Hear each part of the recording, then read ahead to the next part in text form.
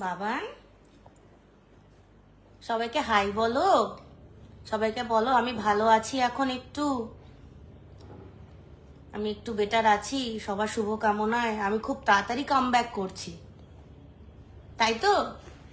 তাই তো? খুব তাড়াতাড়ি, হ্যাঁ তো, খুব তাড়াতাড়ি কামব্যাক করছি আমি। হ্যাঁ, নমস্কার সবাইকে। অ্যাকচুয়ালি কিছুদিন মানে যাবত আমি ঠিকঠাক করে কোনো আপডেট দিতে পারছিলাম না সার্বত্রিকের, কেন কি ওর অপারেশন আর এইসবের ব্যাপার নিয়ে একটু বিজি ছিলাম আমি, তার জন্য আমি কোনো রকম আপডেট ওর দিতে পারিনি। তো একটু অপারেশনের কি কি হয়েছে, কি মানে প্রসিডিওর হয়েছে, সেই ডিটেলসগুলো নিয়ে আমি আজকে লাইভে এসেছি। তার সঙ্গে আপনাদের সবার প্রিয় সার্বত্রিককেও দেখাচ্ছি। ও তাকিয়ে আছে, জেগে আছে, অনেকটা আই ওপেন হয়েছে, clear I, wide I open হয়েছে। ওর আই মনিটরিংটা অনেকটা ঠিক হয়েছে, একটু ভালো আছে, আগে থেকে বেটার আছে।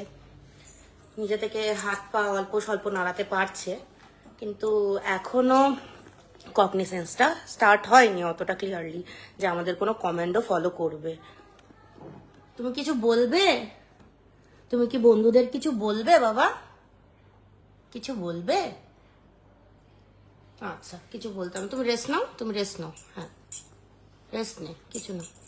আমি একটু কথা বলে নি, ও জিবার পাপা, আমি একটু কথা বলে নি। আচ্ছা,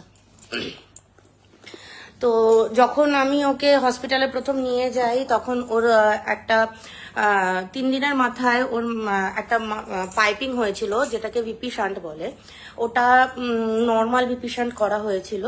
তো ওটা লাইগেশনের পরে, ওটা বুকে ওর লাইগেশন হয়েছে, লাইগেশনের পরে দেখা গেল যে ওর মাথায় অনেকটা ফ্লুইড জমছে। তো ডক্টররা মনে করেন যে ওই ফ্লুইডটা ওভার প্রেশার দিচ্ছে ওর ব্রেনে, তার জন্য প্রেশার কন্ট্রোল করার জন্য ওকে একখানা প্রোগ্রামেবল ভিপি শান্ট করানো হয়। তার সঙ্গে সঙ্গে ক্র্যানিওপ্লাস্টিও হয়।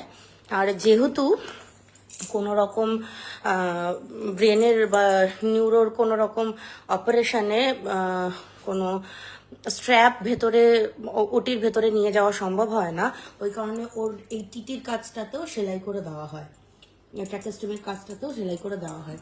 আগের থেকে আপনারাই দেখতে পাচ্ছেন, অনেকটা আপনাদের আশীর্বাদে ও ভালো আছে। আপনাদের সাহায্যের জন্য আমি অনেক কৃতজ্ঞ, আমরা কৃতজ্ঞ, আমাদের পরিবার কৃতজ্ঞ।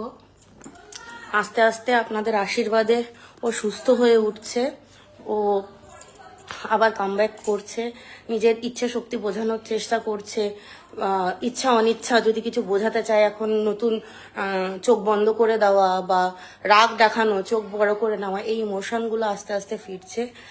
আপনারা এরকমভাবে আমার পাশে থাকুন, তাহলে আমি এই মানুষটাকে আপনাদের সামনে আবার নতুন করে নতুন জীবনে দাঁড় করাতে পারবো। আপনাদের কাছে অশেষ ধন্যবাদ।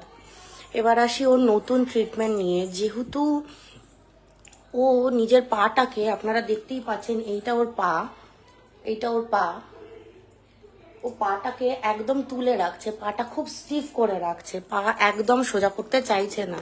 তো তার জন্য ডক্টর সাজেস্ট করেন যে ওকে বোটক্স ট্রিটমেন্ট করানো হবে, যাতে পায়ের মাসেলগুলো একটু লুজ হয়, ওকে ফিজিওথেরাপিগুলো করানো সম্ভব হয়।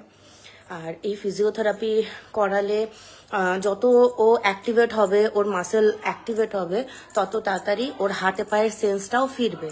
তো ডক্টররা যেমন কোমা স্টিমুলেশনের চেষ্টা করছেন নানা রকমভাবে, তেমনি ওর ফিজিওথেরাপি, ওকে খাওয়ানোর যে প্রসেস, ওয়ালো therapy, RT therapy, occupational therapy, সমস্ত কিছু একসাথে ওর ওর ওর এখন চলছে। তো সেই থেরাপির পরে এখনো পর্যন্ত যেইটুকুনি ইমপ্রুভমেন্ট বা যেইটুকুনি মানে ওকে রিকভার দেখা যাচ্ছে, সেটা আপনাদের সামনে আমি দেখালাম। আপনারা এরকমই আমার পাশে থাকবেন, আমাদের পাশে থাকবেন, তাহলে আমরা আরও জোর পাবো, আরও শক্তি পাবো।